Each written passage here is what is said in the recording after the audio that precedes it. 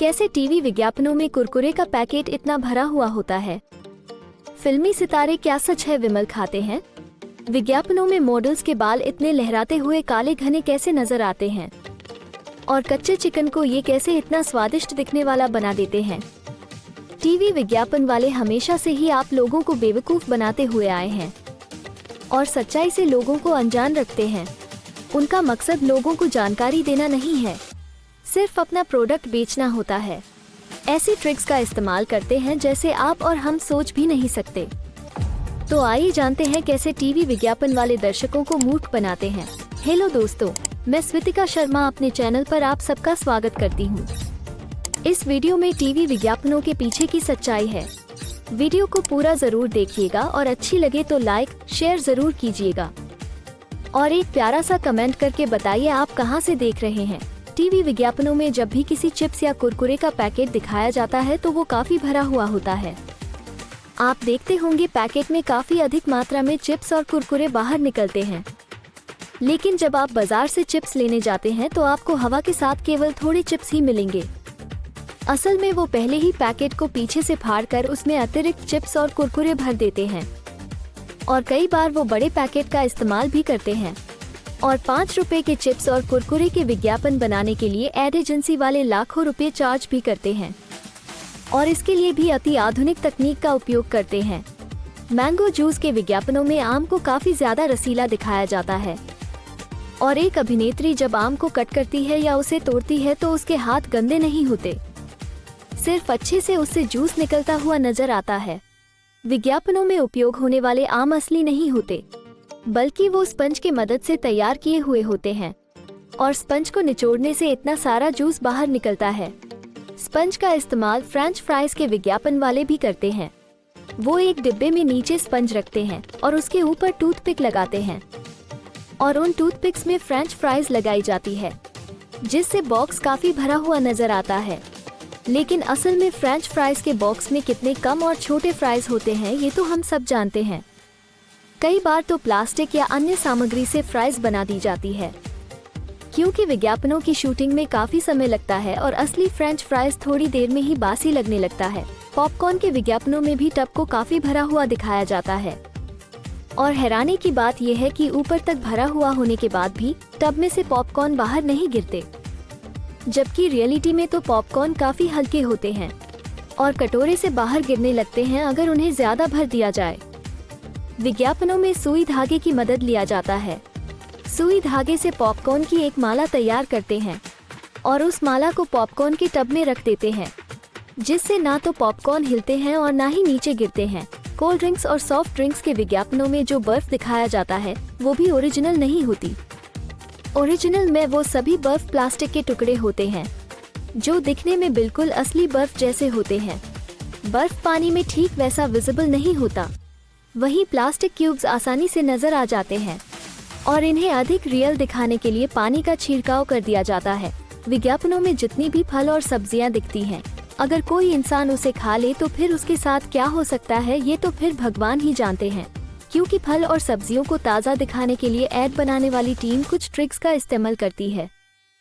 वे फलों के ऊपर हेयर स्प्रे छिड़कते हैं, उसके ऊपर ट्रांसपेरेंट नेल पॉलिश लगाते हैं जिससे वे और भी चमक सकें, और भी कई तरह के लिक्विड्स का इस्तेमाल फल और सब्जियों के ऊपर किया जाता है। कई बार तो फल और सब्जियां असली होती ही नहीं, उन्हें फाइबर या प्लास्टिक से बनाया जाता है और बस पानी का थोड़ा छिड़काव उनके ऊपर कर दिया जाता है जिससे वो और भी ज्यादा ताज़ा नजर आते हैं। ऐसी ट्रिक्स वे नॉनवेज फूड या चिकन के विज्ञापन बनाने में भी करते हैं। टीवी विज्ञापनों में हम जब भी चिकन देखते हैं तो वो काफी फूला हुआ और बढ़िया तरह से पका हुआ नजर आता है, लेकिन आगे आपको जानकर हैरानी होगी कि असल में तो वो चिकन कच्चा होता है। चिकन के ऊपर फेविकोल लगाकर उसे एक समान कर दिया जाता है और सारे गड्ढे भर दिया जाता है। इसके बाद उसके ऊपर मसाला डाला जाता है, कॉफी और ब्राउन कलर का पेंट लगाया जाता है और आखिर में शू पॉलिश से चिकन को चमकाया जाता है और चिकन को अधिक फूला हुआ दिखाने के लिए उसके अंदर कागज या गुब्बारे भी भर दिया जाता है और वो चिकन बन जाता है जिसे देखते ही आप लोगों के मुंह में पानी आ जाता है। फेविकोल का इस्तेमाल और भी कई तरह के विज्ञापनों में किया जाता है। मेयोनेज से लेकर चीज और गोलगप्पे की दही बनाने तक कई जगह फेविकोल का इस्तेमाल आप लोगों को बेवकूफ बनाने के लिए विज्ञापन एजेंसियां करते हैं। पिज्जा के ऊपर जो टॉपिंग होते हैं असल में वो फेविकोल होते हैं। गोलगप्पे को एक के ऊपर एक फेविकोल से ही चिपकाया जाता है और इसी फेविकोल को गोलगप्पों के अंदर डाल दिया जाता है, जिससे वो दही जैसी दिखती है। आप पेस्ट्री, चोकोलावा या केक के विज्ञापन देखे होंगे। इनमें भी चॉकलेट या पनीर की जगह फेविकोल का इस्तेमाल करते हैं। फेविकोल में ब्राउन कलर मिक्स करके उसे चॉकलेट जैसा लुक दिया जाता है और इसी चॉकलेट से चॉकलेट ब्राउनी और अन्य विज्ञापन शूट किए जाते हैं। पेस्ट्री और अन्य केक को कार्डबोर्ड से तैयार किए जाते हैं और क्रीम की जगह शेविंग क्रीम का इस्तेमाल किया जाता है।